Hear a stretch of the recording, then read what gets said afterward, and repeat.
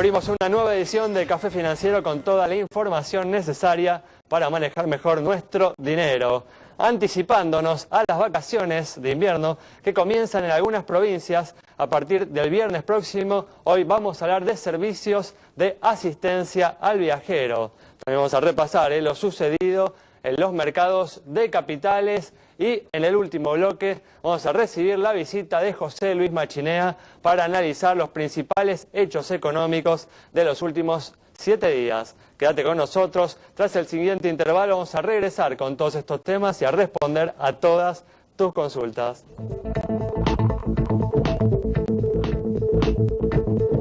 Muy bien, ya estamos aquí, como siempre, con Santiago Chelala, también está Yamila Escala y hoy nos está acompañando Julián Siri para repasar lo sucedido en los mercados de capitales y también vamos a hablar del Mundial con Julián. ¿Cómo andan? Muy bien, ¿cómo están? ¿Qué tal? Bueno, gracias por venir. Arrancamos con la información que tenemos para hoy y uno de los temas definitivamente más destacados de esta semana ha sido el anuncio del plan del gobierno para reactivar el mercado automotor a través de créditos a muy buenas tasas de interés para la compra de autos 0 kilómetro. Santiago presenta esta información. Un plan muy esperado por las concesionarias porque las ventas cayeron este año 35% para los autos medios y hasta un 90% para los autos de lujo. Así que, como hizo el gobierno con los edines y el mercado inmobiliario después del cepo, ahora está tratando de relanzar el mercado automotor con unos créditos, unos préstamos con tasa de interés muy baja que realmente no existe en el mercado. 17%, un poco menos si uno ya es cliente del Banco Nación. Los que arreglaron las concesionarias con el gobierno fueron la venta de 26 modelos de autos a precios que van entre los 105.000 y cerca de los 200.000 pesos, así que hay prácticamente de todo. Ahora en pantalla vamos a ir viendo cuáles son esos modelos y cuál es el precio que se está ofreciendo de algún tipo de autos, generalmente los autos medianos o incluso más económicos, pero hay de todo, hasta un Peugeot 207 Compact se puede conseguir con estos créditos subsidiados. Atención, que esa es la tasa de interés, 17-19%, pero si uno agrega los gastos del crédito, el costo financiero total llega al 30%. Así que, bueno, uno puede preguntarse, ¿es negocio realmente comprar este auto, aprovechar el crédito del gobierno? Bueno, si uno no necesita el auto, probablemente no sea un gran negocio, porque, acuérdense, una vez que sale el 0 kilómetro de la concesionaria, ya inmediatamente pierde valor, y también hay que pagar costos de patentes, impuestos, etcétera. Pero aquel que estaba pensando en comprar un auto puede ser una buena oportunidad porque no hay financiamiento de este tipo. Recordamos, entre 17 y 19% las tasas de interés, 60 meses, o sea, 5 años de cuota, y hay que tener en cuenta que los 3 últimos años, entre los 2 o 3 dependiendo del crédito, es tasa de interés variable, es decir, que va variando según el salario. Eso es algo muy importante. Uno tiene que tener cierta estabilidad laboral, si no puede quedarse a mitad de camino con el préstamo. Va a haber que seguir de cerca realmente qué es lo que pase con estos créditos, si consiguen dar algún resultado o si va a quedar como el mercado inmobiliario un poco parado a pesar de todo. Es lo que va a haber que seguir en las próximas semanas. Hay que destacar también, Santiago, que hay 3 meses, para entrar en este plan, ¿no? Así es, 3 meses y recordamos los precios, entre 100.000 y 200.000 pesos. Hay una Toyota Hilux, una camioneta incluso dentro de este plan. Y una cosa que remarcó el gobierno que es muy importante es que todas las concesionarias que pusieron autos dentro de este plan rebajaron los precios. Y las rebajas de precios llegó desde un 3 hasta un 13%, así que bueno, quizás pueda ser una oportunidad interesante para aquel que está pensando en comprar un auto. Muy bien, esperemos que esta medida brinde algo de alivio al sector automotor, que ha sido uno de los más golpeados con la caída de la actividad económica a lo largo de este 2014. Bueno, están por comenzar las vacaciones de invierno. El viernes que viene se inician en algunas provincias del país y a lo largo de julio irán comenzando en el resto de las provincias. Y teniendo en cuenta esto, para aquellas personas que están pensando en aprovechar esta ocasión para viajar al exterior, Yamila les va a brindar información sobre servicios de asistencia al viajero. Y es una buena excusa, pero información importante para todo el año y en especial cada vez que el dólar sube, más importante aún. ¿Por qué? Porque un gasto en el exterior vinculado a un servicio médico en este momento es carísimo, siempre lo fue, no es en Europa, en Estados Unidos, no es que uno va al hospital público como en Argentina, no, por una radiografía, por arreglarse una muela que tenga inflamada y por la cual tenga fiebre, un medicamento sale mucha plata, estamos hablando de $1000 como nada. Y las empresas de servicios de asistencia al viajero nos ofrecen por un muy bajo costo en comparación de lo que implica un viaje al exterior de esas características, contar con cobertura no solo médica, sino también en lo que refiere a las valijas, ¿sí? Cuando estas se pierden, eso también implica gastos que obviamente no tienen nada que ver con la enfermedad o un accidente, pero que también es engorroso. Y cuando uno está de viaje, generalmente está de vacaciones o por trabajo y no quiere pasarla mal ni un segundo, en especial estando lejos de su casa. Por eso es muy importante y en este momento prácticamente no se puede considerar la idea de no estar asegurado cuando uno va al exterior. En los países limítrofes, en muchos casos, las pólizas y la cobertura que uno tenga en el país o mismo las obras sociales o prepagas tienen algún tipo de vínculo que permiten contar con alguna asistencia. Pero más allá de estos países, la situación se vuelve muy complicada. Como siempre les vamos a presentar ejemplos para una persona que viaja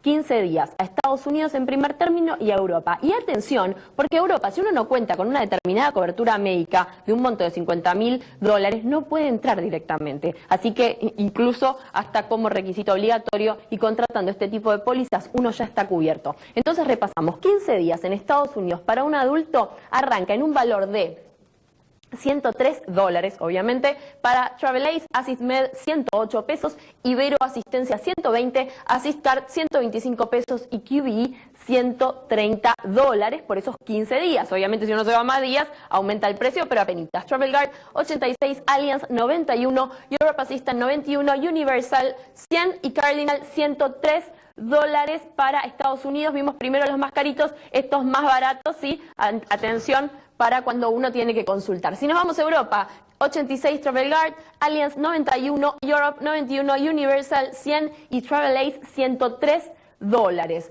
Ya un poquito más arriba, estamos en 105 con Cardinal, Ibero Asistencia 120, AssistCard $125, QBE 130 y AssistMed $142. Muy poquita la diferencia entre un destino y el otro, pero recuérdenlo, si están por viajar, es muy poquito en comparación de lo que uno planifica para todo el viaje y le ahorra muchísimo dolor de cabeza.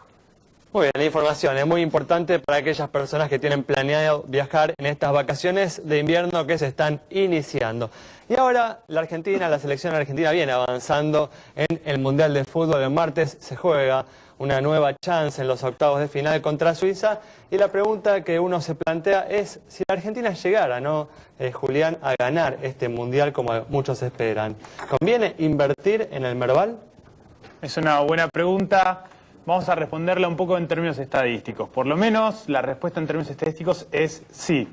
Pero también, a su vez, dentro de esa respuesta es importante el timing. ¿A qué nos referimos con esto? Generalmente, tomando en cuenta los últimos 10 campeonatos del mundo, todo ganador tuvo un efecto arrastre en los primeros meses, especialmente en el primer mes, donde superó a lo que es el promedio de las bolsas internacionales en casi 4 puntos porcentuales medidos en dólares, ¿ok? Interesante, la consecuencia del optimismo, ¿no?, que genera, del buen humor, ¿no?, que genera así una victoria deportiva de esta magnitud, ¿no? Exactamente, pero ese humor también tiene patas cortas, se disipa con el tiempo y si uno mide lo que es el rendimiento en un año el rendimiento relativo versus al resto de las bolsas del mundo... Y después prevalece la realidad, ¿no? Y digamos que sí, pasa a ser negativo, ¿ok? Es menor al rendimiento promedio de las bolsas a nivel mundial en casi un 4%. O sea que hay que entrar y salir rápido. Exactamente, lo mismo sucede para lo que es el organizador de la Copa del Mundo y algo paradójico ocurre con el segundo. Si bien sus retornos relativos son bajos luego de perder la final, termina siendo mucho mejor el rendimiento relativo con respecto al primero a lo largo de un año. Muy bien, entonces los resultados de la Copa del Mundo nos pueden dar una buena oportunidad para invertir. Así que nos vamos con esta información. Quédense ahí en instantes, estamos de regreso.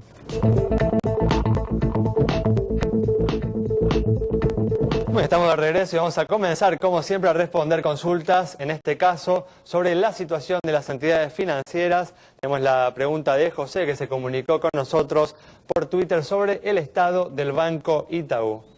Para José, entonces, un banco de capitales brasileños que ha ganado varios puntos en el ranking de depósitos en Argentina el último tiempo. Vemos sus números en pantalla, tiene un patrimonio de 1.529 millones de pesos, depósitos por 10.998 millones, casi 11.000, y resultados acumulados de 189 millones de pesos positivos. Buenos indicadores de solvencia y también de liquidez, cara sonriente para el Banco Itaú. Muy bien, cambiamos de tema y hace algunos días el Banco Central estableció topes a las tasas de interés de los préstamos personales y prendarios. La institución busca de esta manera reducir el costo de estos créditos que se incrementó fuertemente en este 2014. Estefanía Daníbali dialogó con la gente sobre este tema.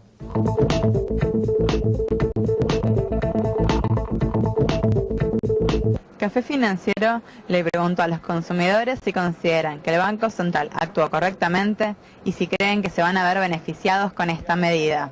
Me parece que está bien, me parece que las tasas de interés que se están cobrando sin este tope son excesivas. No me parece que el dinero tenga que costar tanto y está bueno porque permite que otra vez pueda haber crédito. Me parece que es una medida más bien voluntarista y obviamente de corto plazo. No creo que en el largo plazo pueda tener mucho efecto, así que bueno, veremos qué resulta. Sí, lógico, es una buena medida. ¿Por qué? Porque beneficia a la gente, las tasas de interés igualmente están elevadas. Me parece que se tendría que avanzar más todavía. ¿Por qué? Pues tendría que haber líneas de crédito de parte del Estado que puedan financiar temas de lo que es la vivienda, ¿no? Estoy de acuerdo y me parece que es una forma de regular el mercado y de intervenir en el sistema cambiario. Muy bien, como dijimos en su momento, una medida que puede beneficiar a algunos consumidores al reducir el costo de los créditos, pero que también puede perjudicar a otros al restringir el acceso o la oferta de préstamos disponible en nuestro mercado. Hay que decir, digamos, que la única manera de bajar las tasas de interés en forma sensible y también sin daños colaterales de ningún tipo es reduciendo la inflación. Así es, Ale. También recordar, bueno, que con una inflación que supongamos está en el orden de 35%, las tasas de interés, cuando se sumaba el costo financiero total, llegaban en algunas entidades al 80% o más. Eran realmente algunas prácticas bastante abusivas. Sí, un tema, digamos, que hay que seguir de cerca, pero me parece que hay otras maneras de trabajar sobre este tipo de cuestiones que poniendo topes a las tasas de interés. Bueno, vamos a cerrar este bloque respondiendo a una última consulta sobre la situación de una compañía de seguros. Para Juan Esteban, que quería saber sobre la situación de una compañía líder en lo que refiere a los seguros para autos. Vamos entonces con los datos de Bernardino Rivadavia y arrancamos con un activo de 2.420 millones de pesos, pasivo 1.744 millones, patrimonio 67 millones, resultado positivo 217 millones de pesos, primas 1.602 millones e informa 6.325 juicios. Con indicadores que se condicen con los del promedio del mercado, es que le otorgamos la luz verde de nuestro semáforo. Y recuerden, sigan enviándonos sus consultas, sus preguntas, @Café Financiero en Twitter o así también en Facebook Café Financiero, nos mandan y les respondemos. Como siempre, hay información muy importante que deben tener en cuenta al momento de contratar a su compañía de seguros para asegurarse, ¿no?, que en caso de siniestro la compañía va a estar en condiciones de cumplir con sus compromisos. Nos vamos con esta información. En el próximo bloque vamos a estar dialogando con José Luis Machinea sobre los hechos más destacados en materia económica de la semana.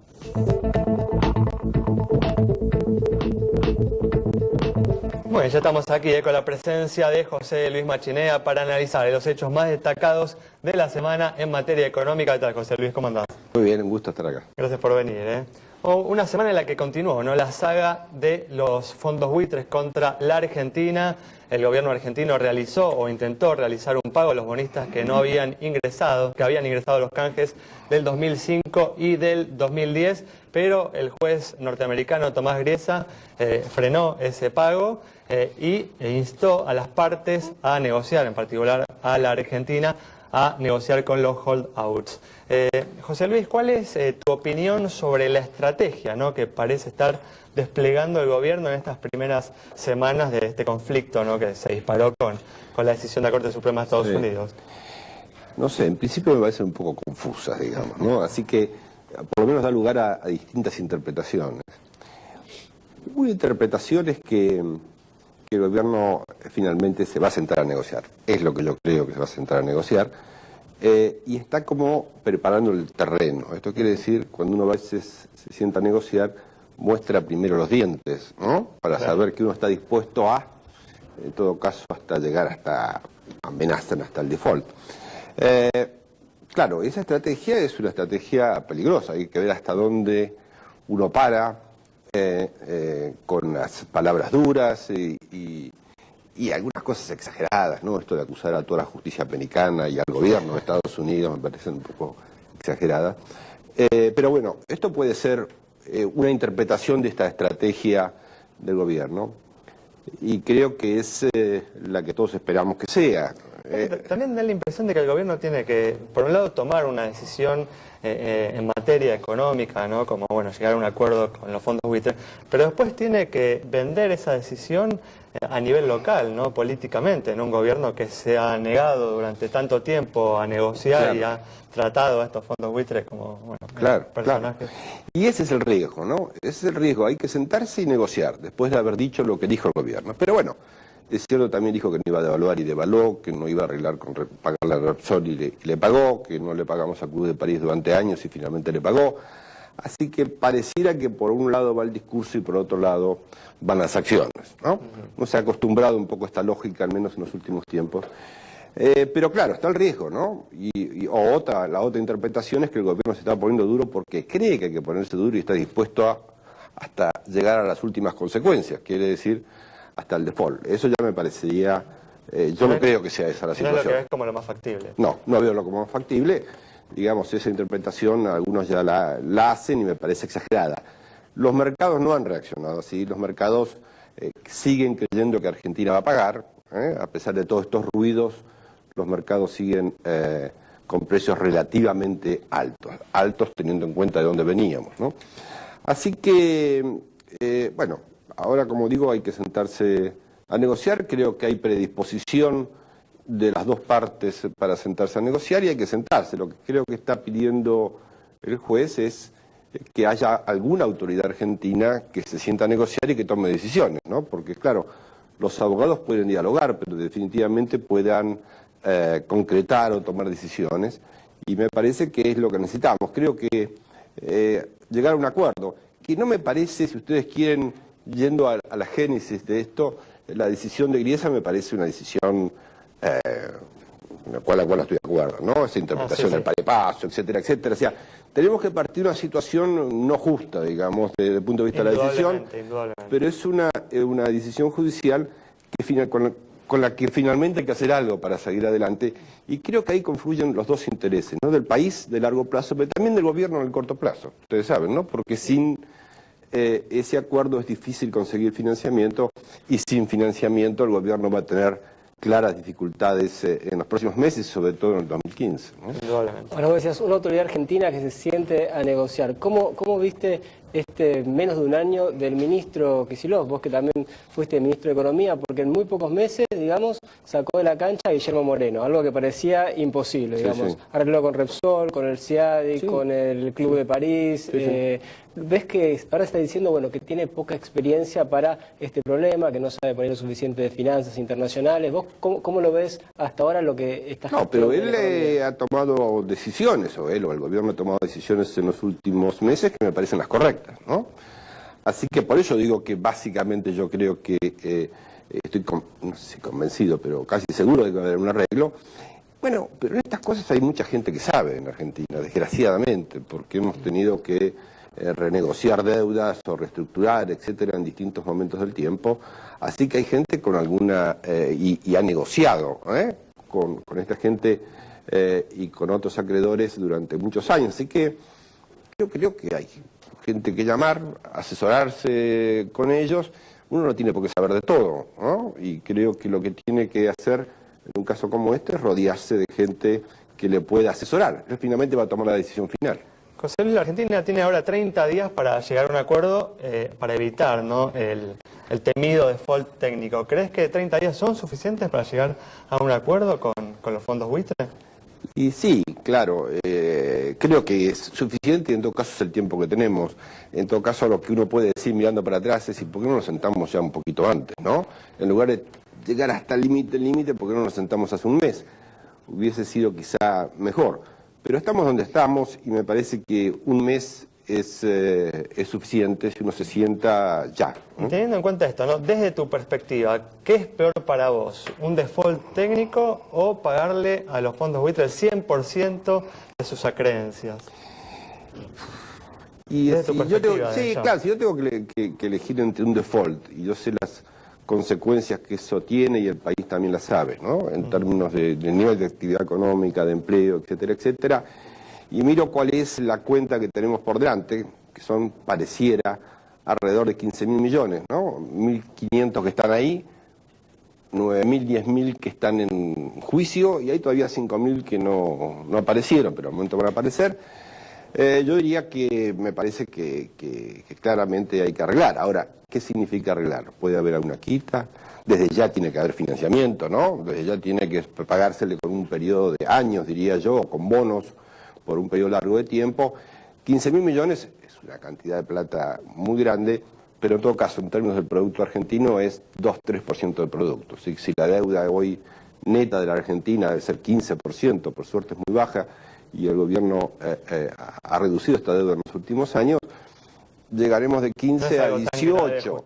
Digo, a cualquiera le duele, porque estamos hablando de 15.000 millones. No, y además a quién se lo estamos dando también. Claro, y aparte a quién se lo estamos dando, pero si la alternativa es un default, yo creo que yo por lo menos no dudaría, ¿no? Claro, porque primero se dudaba de la voluntad de pago del gobierno, pero nadie que cae en un default quiere caer en un default. Pasó en 2001, no creo que el gobierno haya querido hacer un default, uno va al default porque realmente no puede pagar. A pesar de dar 29.000 millones de reservas, vos pensás que la Argentina, y demostrar voluntad de pago, vos pensás que la Argentina quiere pagar y va a poder pagar. Sí, sí. No, yo creo que a plazo, ¿no? Definitivamente en varios años, supongo, definitivamente puede pagar, y después hay que negociar el tema de de algunos intereses punitorios que están dando vuelta, ¿no? Que no se negociaron con el Club de París porque fuimos de vuelta demasiado apurados y rápidos a esa negociación, pero yo creo que eso se puede negociar y creo que eso es lo que hay que negociar. No es lindo, no es bueno, todo el mundo preferiría tener una situación distinta, pero como ustedes lo han puesto recién muy bien, entre si me dicen alternativas el default o pagar esto, bueno, yo no tendría demasiadas dudas. Y vos hablás de estos 15.000 o 20.000 millones de dólares, pero está la famosa cláusula Rufo que dice que, bueno, los posibles personas que entraron al canje también podrían reclamar si esto se paga antes de diciembre de este año. ¿Pensás que esto va a ocurrir, que va a haber juicios que van a caer por ese asunto también? Yo creo que siempre, es probable que haya juicios, siempre. Cuando uno hace este tipo de cosas, los acreedores hacen algún juicio. Mi impresión, pero yo no soy abogado, pero lo que he charlado con abogados, es que la cláusula se dispara en la medida que la Argentina, por las suyas, se ponga a negociar. Acá está haciendo caso a una decisión judicial, no es que Argentina tenga ganas, y lo ha dicho muchas veces, todas las dudas y los problemas que genera esto. Bueno, pero ahora está negociando, ¿no? No, finalmente hay que sentarse a negociar, pero la forma en que va a pagar. No está negociando te pago o no te pago. Digo, el juez le dice tiene que pagar. Digo, bueno, finalmente si el juez me dice voy a pagarlo. Ahora voy a tratar de pagarlo en las mejores condiciones, ¿no? Y yo creo, y es lo que me dicen varios abogados, que en ese caso está bien, juicios va a haber, pero la posibilidad de que los que hagan los juicios, o sea, los bonistas que acordaron en su momento, ganen ese juicio, parecieran ser bajas. Uno nunca sabe, pero parecieran ser bajas. Bueno, José Luis, muchas gracias por haber estado con nosotros. Nos vamos entonces con la opinión de José Luis Machinea sobre estas arduas negociaciones que está llevando o que ha iniciado la Argentina con los fondos buitre para resolver este tema pendiente que ha quedado desde la crisis del 2001-2002. Nos reencontramos mañana a las 19:30 aquí en Metro.